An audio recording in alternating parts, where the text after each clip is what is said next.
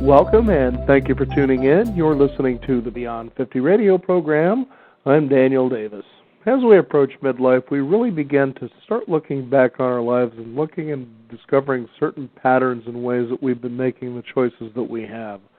Some of them we're pretty happy about, and others, of course, we start to bear the feeling of sort of a regret, like, why did we do what we do, and why aren't we where we would like to be, or so we think. Sometimes, though, those choices, although we think we seem to have that particular power in front of us, may be guided by things a lot more different than we might expect.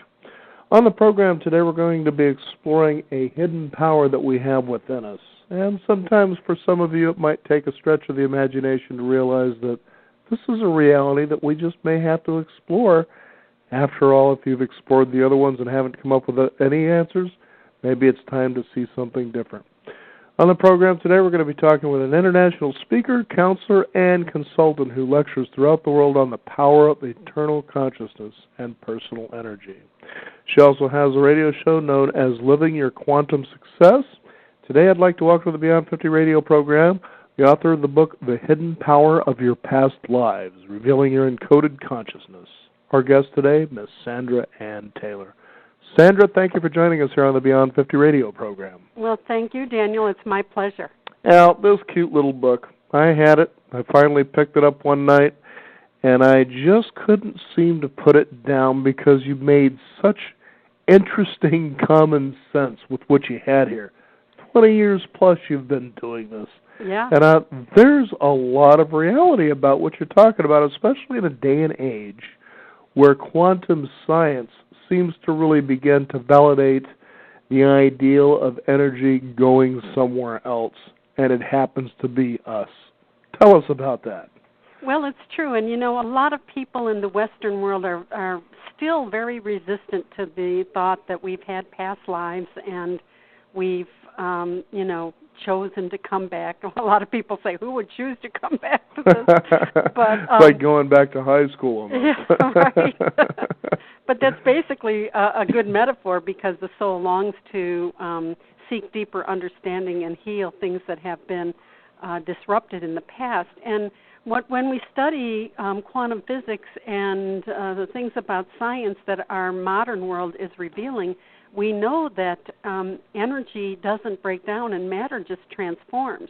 So it makes sense that we have an energetic component, which I refer to as the spirit or the soul, our personal identity of energy, that then, when this body, this vehicle has to move on, then we can still exist in the energetic realm and then come back to pursue new goals, various lessons that we need to learn, repeated relationships if that's what we desire.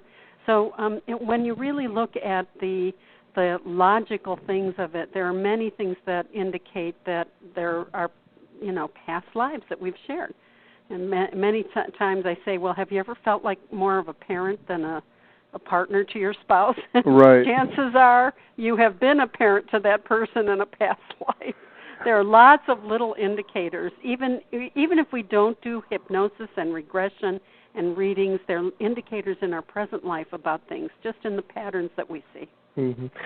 Sandra, it's interesting because, again, as I said, I picked this up and even my wife was like, boy, you're really kind of engaged in that book. And, when you do what we've been doing here for, close to 8 years now, and I've been in broadcasting now close to 14 years, you get into this realm of self-help. You explore it because you think that somehow within yourself, why isn't my life working as well as that person's over there? Why, am I not getting what I feel that I think that I'm working in a direction to get? And I liked your first chapter, Back in the Saddle, again and again. And there are many times I'm sure our listeners scratch their heads and say, that's exactly what my life almost feels like, an almost Groundhog Day that's been going on for years. And that's one of the indicators to me that there's a past life influence. A lot of people have been reading about the laws of attraction. First of all, there's more than one law. And in fact, my first 5 books have been on various elements of that. My last book, Truth, Triumph, and Transformation, I wrote about the conundrum that people are facing, that they work on their thoughts, they work on their energy, they're trying to shift their consciousness, yet they keep hitting a wall. And I devoted one chapter, and I talked about the life cycles and all the different things that could be contributing to that, but I devoted one chapter to, well, there could be past life causes in here. And what I found was that wasn't enough. I needed to write a whole book on it, because what we don't realize is that we bring our encoded consciousness, just like our DNA is a code about us physically. We have a code about our eternal perception, our eternal consciousness, and what has happened to us in the past. We bring that to this life. So if I have been abandoned in the past or hurt in the past, I may have encoded the belief that love isn't safe for me, that I can't trust men, that type of thing. And then I might come to this life and want a relationship and really try and change my energy and work on all that, and yet just can't seem to get it right, can't seem to find that loving, nurturing relationship that I know that I deserve. But we can break those past life patterns. We can break that code and create a new one. I remember many years ago, this was probably around, I'd say, the mid-'80s, and I was starting to, I guess, stumble into, if you will, the ideal of metaphysics. And I remember picking up a book by Shirley MacLaine. I believe it was Dancing in the Light. And in here, and it's funny how, certain things that you come across stick with you more than others. And in this, she happened to be allegedly working on a set, and something had occurred, and she was contemplating a trip that she was going to take to South America, and it was a spiritual trip that she was going to take, and wondering what people she'd like to bring along with her in support of this. And anyway, so this person was doing something, and again, I don't really remember the story, but what I do remember is there was a production aide there within the studio, wherever it was where they were, and he simply shouted out, he's working off his karma. And I thought to myself, okay, now if this is true, that we come into this new life, we're born into this new life, that really we're carrying past baggage with that, and it almost seems like that's something that's almost out of our control. It almost felt like this just doesn't seem fair that we would carry something like that over into this life and not get a fresh start, that we might have to work this off. But as you reveal this, you say, well, the idea is to recognize that, yes, maybe that is a possibility, or it is, that once you recognize that and you work on that issue, that you not only heal that from the past, but it also takes care of it for the potential future starting right now. Right, in the present life and future lives. A lot of people misunderstand this. They think that every single episode from our past has to be repeated in some way so that we can, quote, work off or ameliorate our karma. But it's issue-related. And when we learn the lesson, like whether it's when I finally learn to love myself, I'm going to stop attracting critical people. When I really, really get that lesson in my heart and mind and in the way I treat myself in my life, when, like the example I used about abandonment, when I learn that love can be safe for me and I engage in self-love, that's going to heal all the karma all at one time. It's not something that we have to pay back. It's not something that we have to, like, keep a bank account. Well, I know, it felt scary to read something like that, and to think, gee, many Christmas, is this ever going to end? Why can't I be like that guy and seem happy, and let things work out anyway? I know, and it's depressing to think I'd have to work off every single thing that I could have ever done, especially when I don't know what the heck I've ever done. It's like, dear God, is a life in prison, is that not enough for you? Is this what it's really all about? I mean, anyway. So it's issue related, and in my book I have a free CD comes with it where we do a regression, and then once we find the stuff that it can be seeding our present problem, we can rescript it. Like anything that time is malleable. We can move through time. We can experience the past, and believe it or not, we can change the energy of the past. So I can rescript the codes of not loving myself and make it easier to love myself now, or whatever it is I'm working on, even physical problems. Addictions, so many addictions can be sourced in past life. I see it all the time. People who have had lifetimes of hunger, who were in the potato famine in Ireland or whatever, a drought in Haiti, whatever, and they lived in longing and hunger, oftentimes can be addicted to food now, and they eat and they wonder why they never feel full. And part of it is that longing, and you can rescript that and change your relationship with food by changing the source information.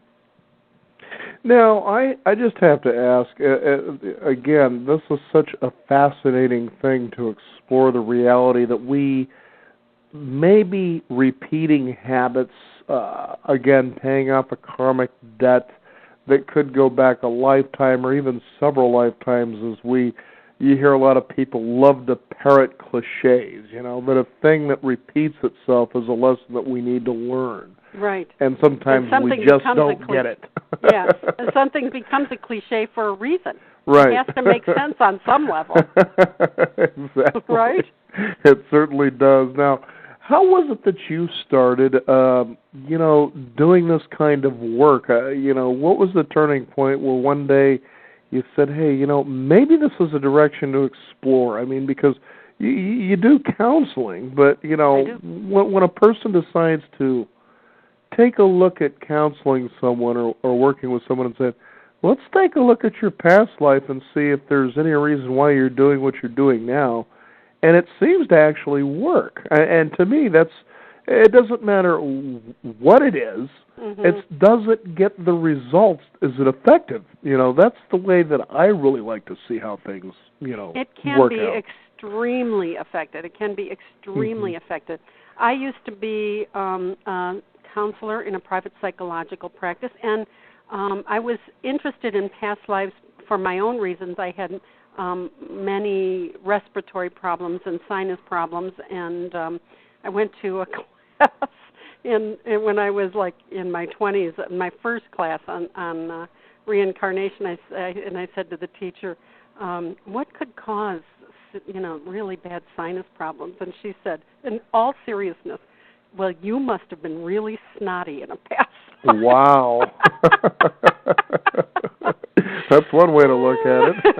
Anyway, that's a Clark Gable. It's a great line. I love it. Anyway, but separate from my own physical stuff, I was actually counseling a lot of phobics, and I was doing regression for people, not past life regression, but regression in this life. Many people had memory loss, and I would try to figure out if there was a trauma in childhood that could have been the source of the phobia.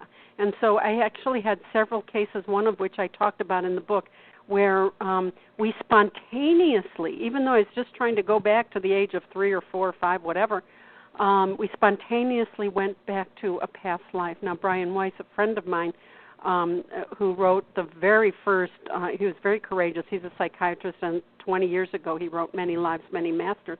He had the same, in his psychiatric practice, he had the same experience where it went into a spontaneous past life regression when we were doing present life stuff. So that got me deeply, deeply interested because I saw that the people who added this element accelerated their healing. Mm-hmm. Now, let's talk about that.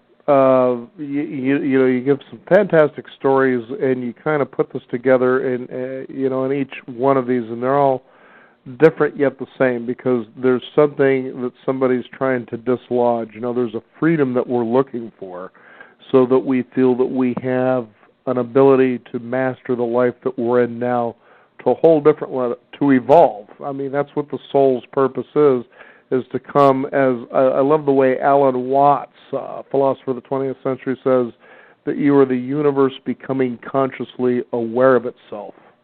That's great. I love that. And there it is. And then you take a look at, for instance, the work of Gene Roddenberry in Star Trek, where there was a scene originally where the 3 souls come in. One's in Spock, one's in Kirk, and then the other one's on this in this female body. And they said, as souls, we've got this, omnipotence, so to speak, but we don't have the physical reality that we would like to explore, so they're allowed to use these bodies to experience that. But yet, It's about evolution. It's pretty interesting stuff what you do here.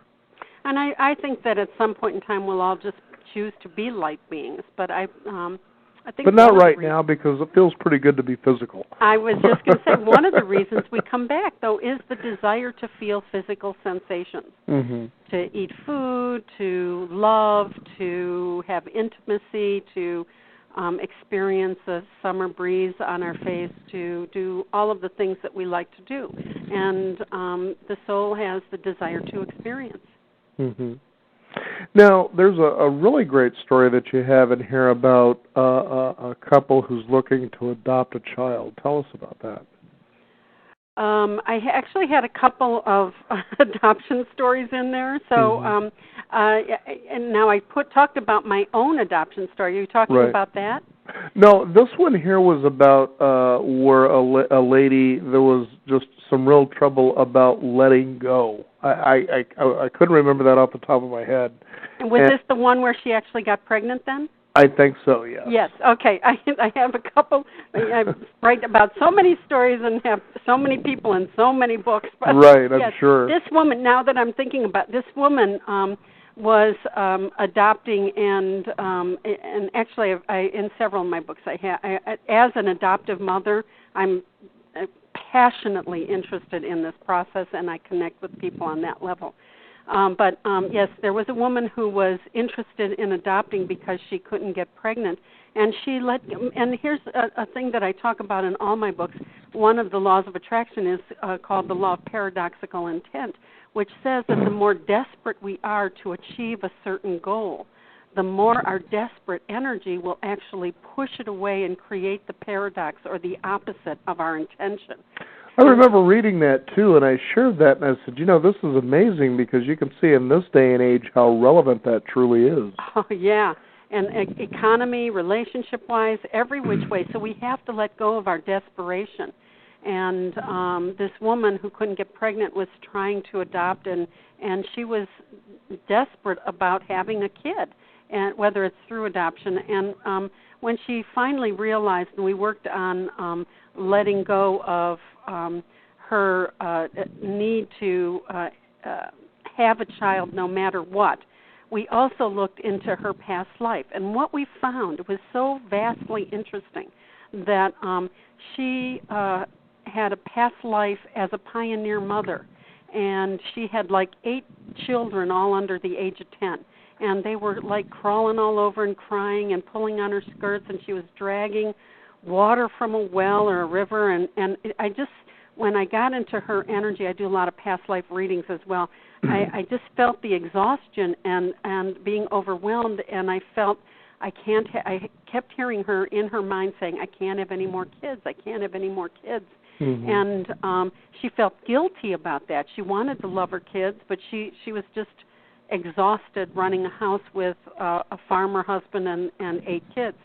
So what we did was we rescripted that. We rescripted that, and we did a meditation where she went back and she pictured herself having only 1 or 2 children in that life and totally loving it and having a peaceful, not exhausted, of course she was still working mother, but she was able to change the emotional energy and the conclusions that she coded in that lifetime.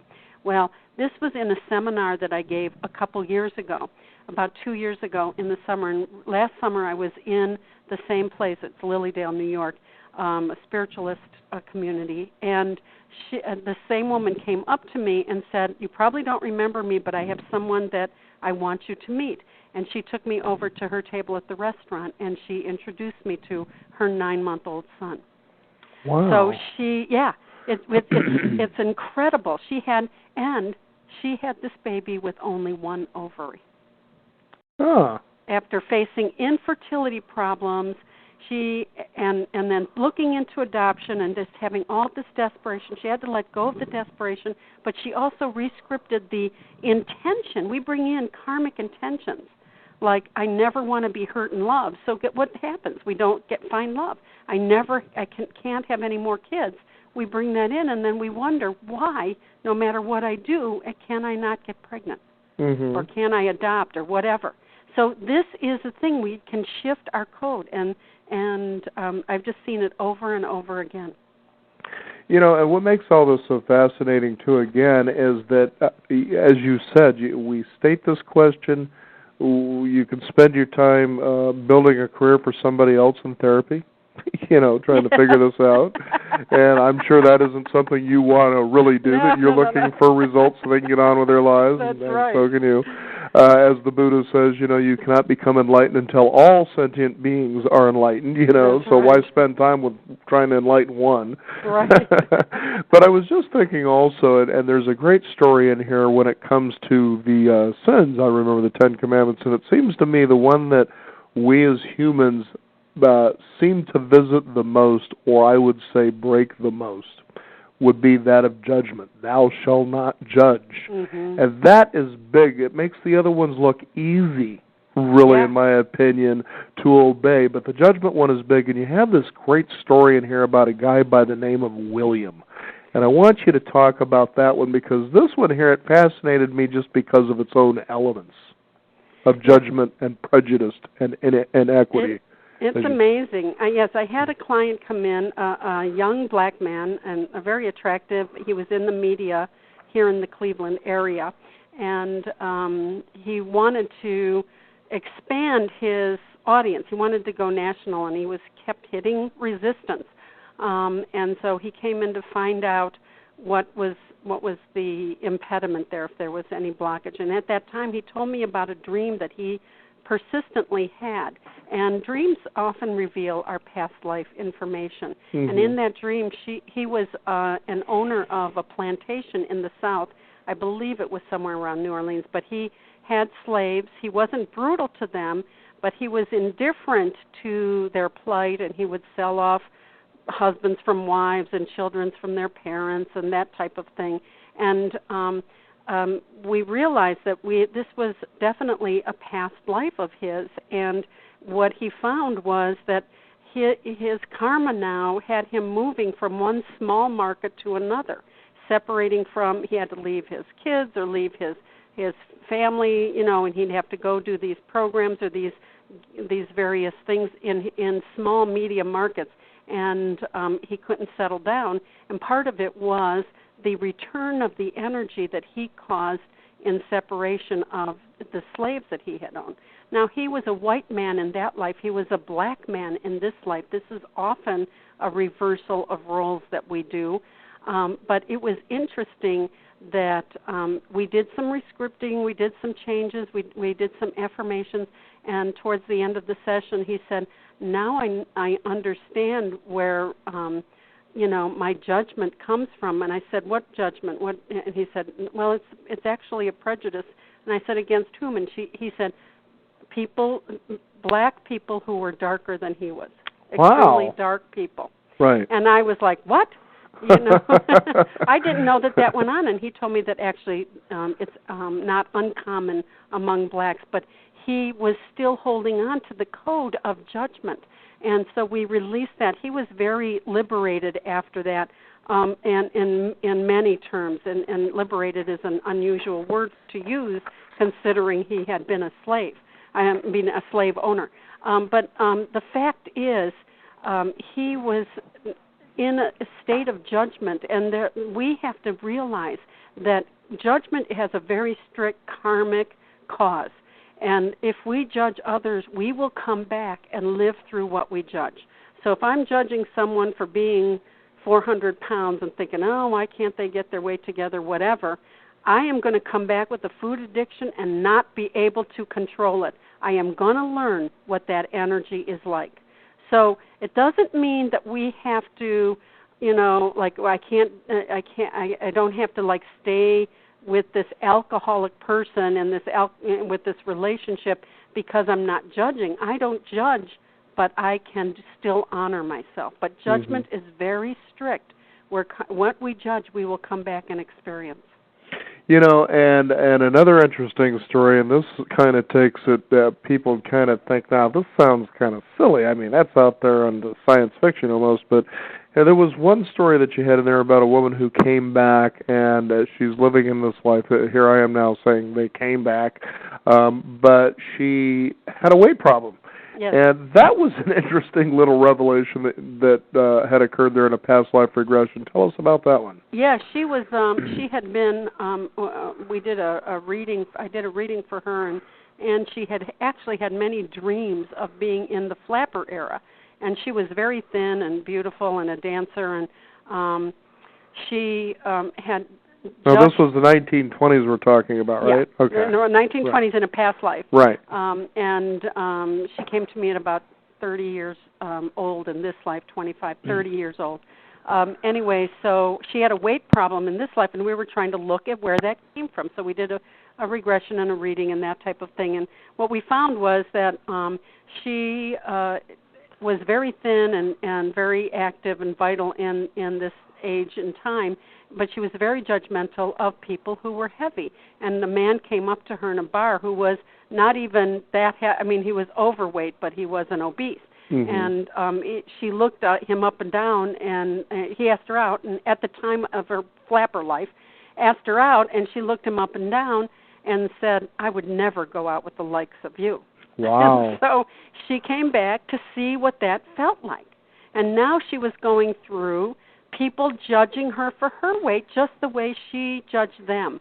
But the interesting thing, so she had a reversal of roles in this life, but something she carried forward with her was the tendency to judge, because although she was overweight, she was extremely intelligent, and she would be, because she was trying to overcompensate for her weight and the judgment people were giving her, she was being very judgmental of people who did not have as sophisticated jobs or didn't seem to have the intelligence that she had.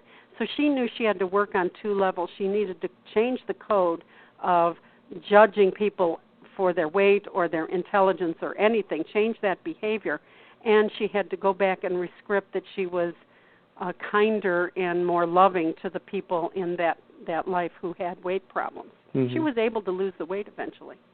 Now, Sandra, you've a couple of times through the program here, for those of you just joining us, we're talking about The Hidden Power of Your Past Lives, the title of Sandra Ann Taylor's book. Our guest today is that you talk about addiction. Now, it seems to me, and just last night, as I'm kind of watching a television show, they go to a commercial, and sure enough, there's one of these treatment centers that have been around for quite a few years, several decades actually.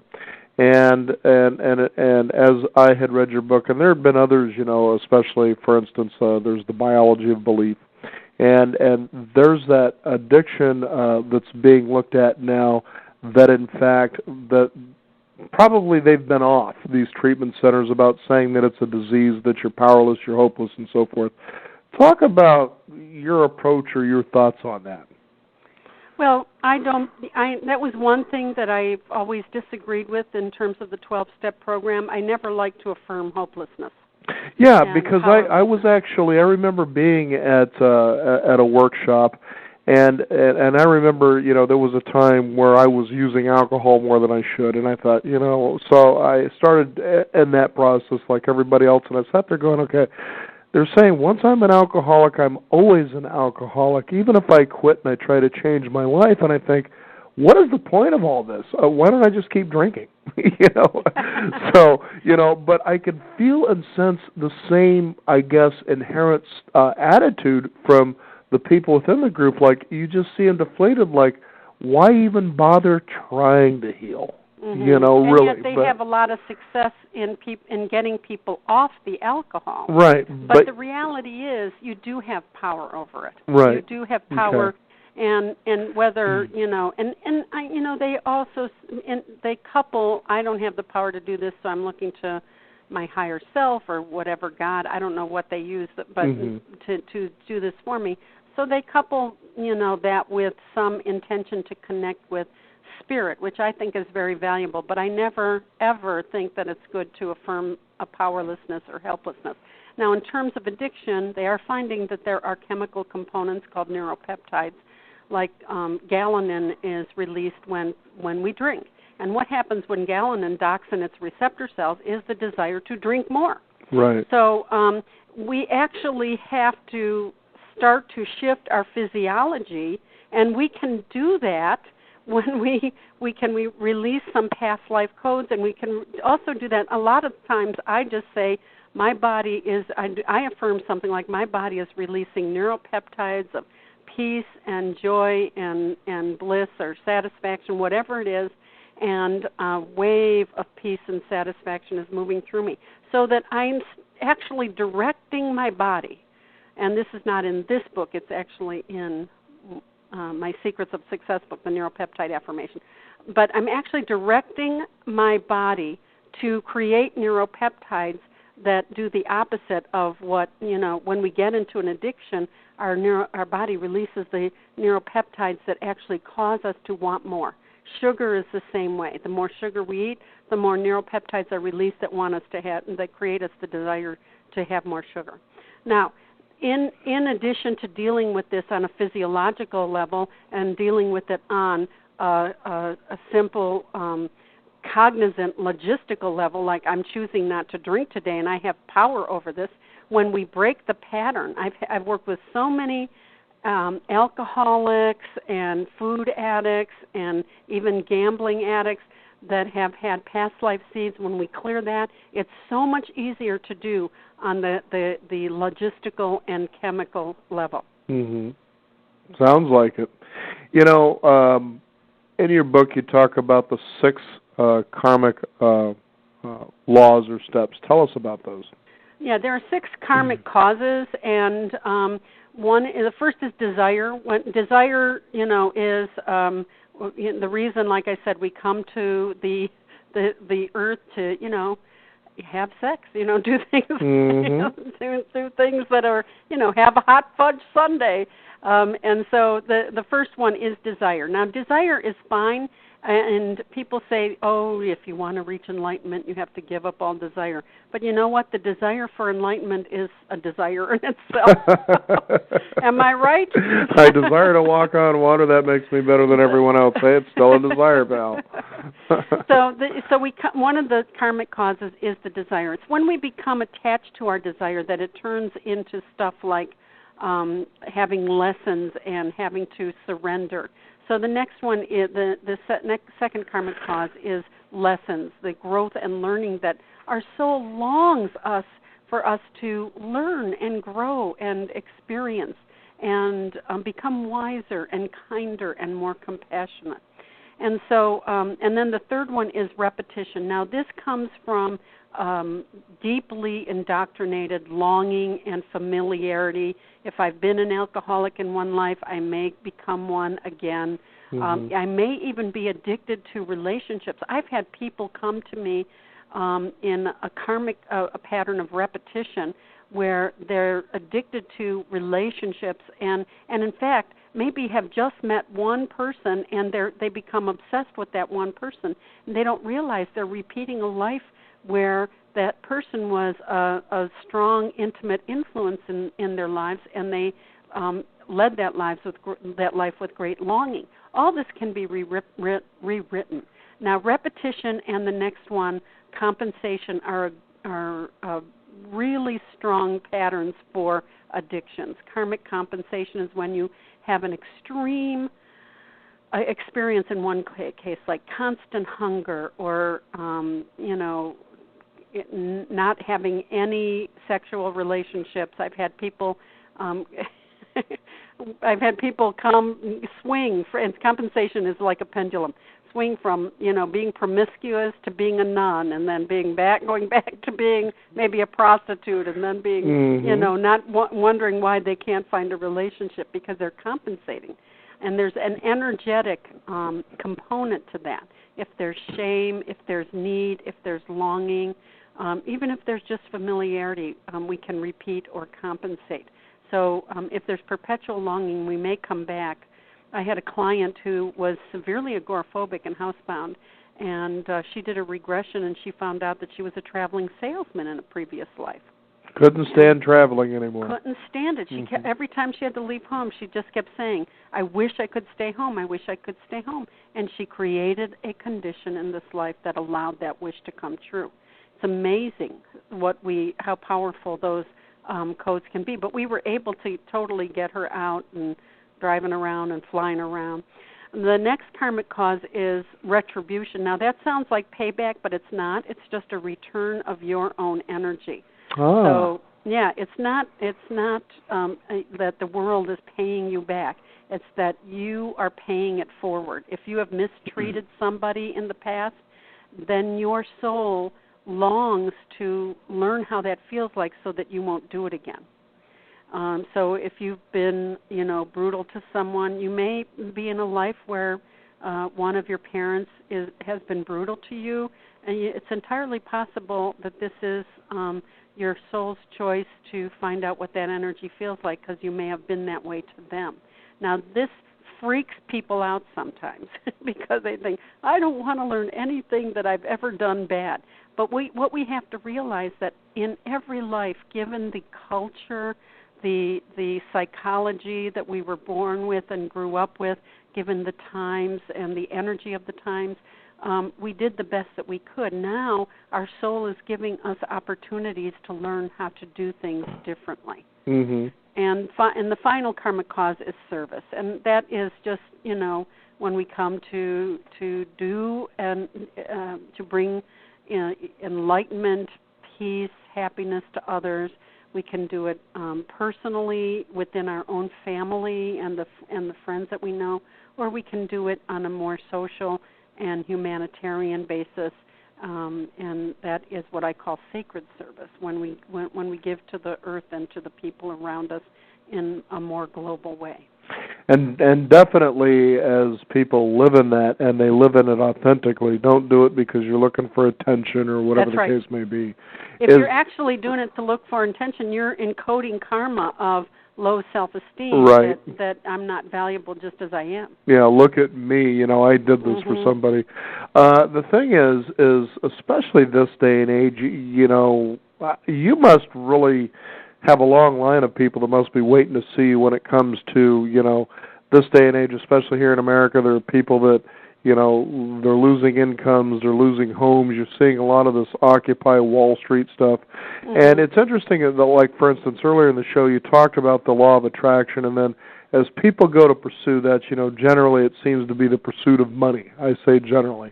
Yeah. But the pursuit really is about abundance, to have a happy, steady life where we just feel that money is one of those things that allow us not to have the suffering or have to deal with certain consequences. But taking a look at this, for instance, this Occupy movement, and these people probably, they mean well, they have probably the right idea, but what is your thoughts about what's going on with all of this and what that karmic tie is? Because this is really a group thing.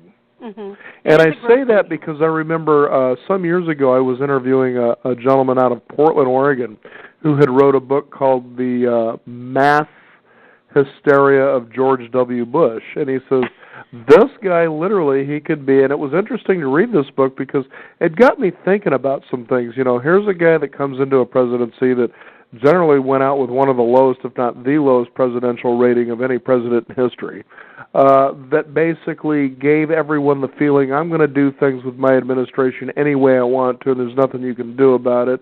There was a lot of greed that was involved within that administration. I'm not just blaming him, but you take a look at it all. Then he goes out of his administration saying, by the way, we're going to go ahead and take $700 billion out of your pockets, and there's nothing you can do about that either.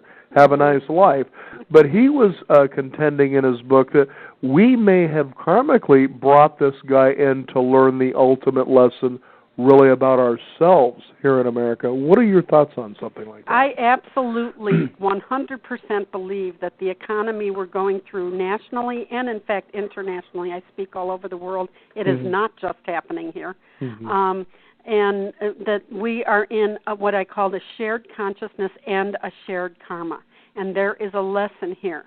And part of the lesson is a backlash to the 80s materialistic, having it all kind of mentality. And part of it, I think, does go back to past life stuff where you have many of us, in fact, everyone who's had any economic shift, and most of us have, on some level in the last 2, 3, 4 years.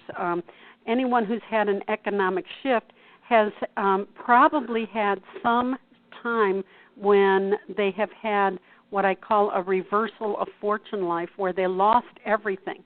And there may have been whole countries that lost everything, or communities. And I think we're coming together to heal this as a planet, this consciousness of materialism and misplaced priorities. Of course we want money, and there's nothing wrong with desire. I don't buy that desire is a bad thing. Mm-hmm. However, we also need to find happiness within ourselves, within our daily life, that's separate from money, because money is too precarious. When I see people with reversal of fortune lives, I see that they are very wealthy and something happens to take it all away, and they spend the rest of that life longing. So many of the people that are in this situation where they're in a deep longing, a deep need for money, have had reversal of fortune lives at some point in time. And so it's important to know that, first of all, you can heal that. Secondly, you don't have to long for it. You can start to create the intention. I'm going to create happiness within the parameters of my present life. Mm-hmm. And, if I have to, get 2 jobs to do that or do whatever I need to do to make it happen, I'm shifting this consciousness of need and longing and desperation that says that I can't be happy in and of myself. I think it's a big lesson for a lot of us. Yeah, I couldn't agree with you more. It's interesting how, especially in this time, that we find ways to point the problem outside of ourselves. It's because these guys made these choices that cause us to be the way it is. And if you watch or listen or read the news enough, you would believe that this problem is just, all over the place. It's everywhere, and everybody is all suffering. But as I step out my door in my own neighborhood, it's pretty quiet. People seem pretty reasonably happy, and I'm thinking to myself, it doesn't seem to be as bad as they're playing it up.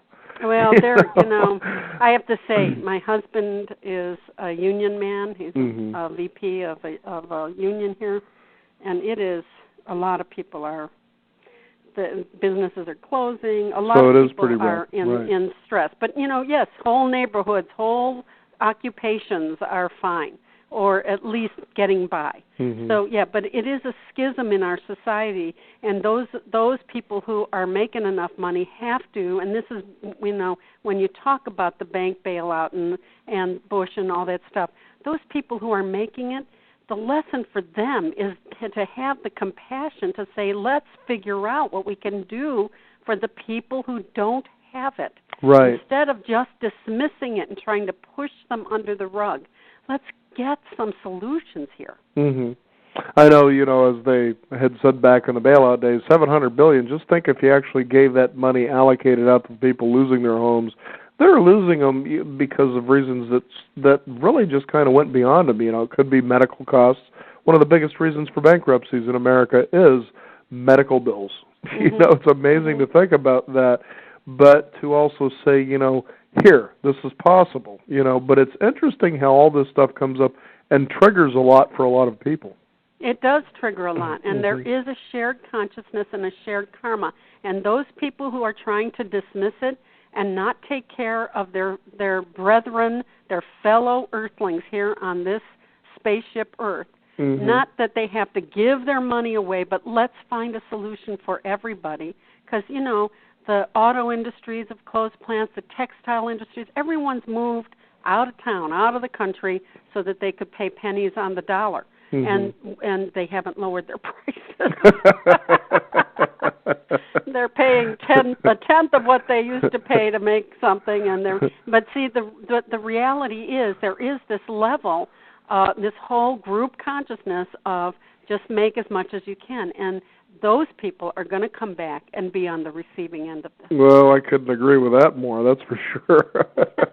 Now, Sandra, in doing this work for 25 plus years, I'm sure that as you started bringing in this element of looking at past lives as you do, the regression that you do with people, that there must be an element in academia and science that says, would you quit with the hocus-pocus nonsense? This just doesn't work. But you can see how even science is beginning to think, well, this only makes reasonable sense. Yes, it really does when you think of it. And, even people like, there are Christian religions that say that it's a sin and that type of thing, but Jesus himself believed in reincarnation. It's right in the Bible. And he talked about John the Baptist being, he didn't use the word reincarnation, but a rebirth of the prophet Elijah. Well, look at this. You got Christians calling themselves reborn-again Christians, and you're saying that you're dismissing this? Are you out of your mind? I know. Well, that's the one term that they decide to take metaphorically. Everything else okay. Literally. Well, of course, But, yeah. When How Jesus stupid talks of us. about to come to the gates of heaven, you must be born again. He meant that literally. That means figure it out and come to me when you're ready. That's right. Figure it out. Take your classes down there, and when you're ready, I'll be there. So, but yeah, it is. It's hard for a lot of academics. But what people are finding, they're realizing now that 80 to 90% of the universe is made up of something called dark energy and dark matter, and they don't know what the heck or where this stuff is. And so what they're realizing is we don't know what we thought we knew. Right. And the scientists, can't explain everything. So, when you look at the metaphor of energy and transference of matter and transformation of matter, it just makes sense. There's nothing, that can explain that you and I have our own individual energy, and it's just going to stop when every other piece of energy in the universe keeps going on. That doesn't make sense. We actually have an electromagnetic field. It can be measured. That doesn't stop. Yeah. Now, what was it like for your husband to meet with you and the two of you get together and then you say something like, well, tell me about your childhood? You always kind of wonder about relationships such as yours. Here you've got this powerful modality that you work with, and you work with people, and man, it's like flicking a switch, and all of a sudden they can't even imagine that their life could be this way, and it is. And then he comes along, and you two get together, and you kind of wonder, what do the two of you talk about as you're initially courting and having dinner? Those kinds of things. I'll tell you, it was an easy match, an easy fit for us, because I met my husband at a hypnosis training seminar. So he was already way into all this stuff. Oh, I see. I got you. Yeah, fascinating. It's like, I remember years ago interviewing with Ariel Ford of the Ford Group, and she's produced a lot of, or brought out, a lot of authors such as Deepak Chopra and the like. And she would always bring her husband in studio, a gentleman by the name of Brian, and he was just a kind of nice, easygoing guy, but you always wonder about that, and then you see it in front of you and go, okay, well, yeah, of course, that makes sense. And so sometimes, like within the realm of this, like with the kind of work you do, you kind of wonder, what is a relationship like that? But, because it seems like, well, you've got it balanced and all together, but the rest of us kind of seem a little fractured, I guess, so to speak. But really, I think we all just sort of have that missing piece in many ways that's really the desire of life, is to go on the hunt for that, to become consciously aware of ourselves. And when we're looking for our partner, we want to invite someone who is on that same path. Now, my husband, this is my third marriage. Okay. When I was leaving my second marriage, I had already written books on attraction. I'm like, I'm not doing this again. I am not attracting somebody wacky or unstable or whatever. Right. And so I actually figured out what I wanted, and I would project it in a holographic image. I would actually project a holographic image of myself, my higher self, and send it out into the energetic realm and just say, universe, send me the right person. And I had that actually came to me as a result of my second divorce. Now I have that on an attracting love meditation process. But within 3 months I met my present husband, and I had written everything that I wanted down, and the only thing that he didn't fulfill was that he doesn't ski. Dadgummit, there's always something to learn. There's always something, damn it, no. Now, but you know what? That was good, because when we adopted our kids, he stayed home to watch the kids while I went skiing. Oh, there you go. It all works out one way or the other. So the universe had the solution. I didn't even know that that's what it was. Now, you do have in your book a companion CD, and you also have 2 chapters in here that were written by, I guess, call them co-authors. Tell us about those.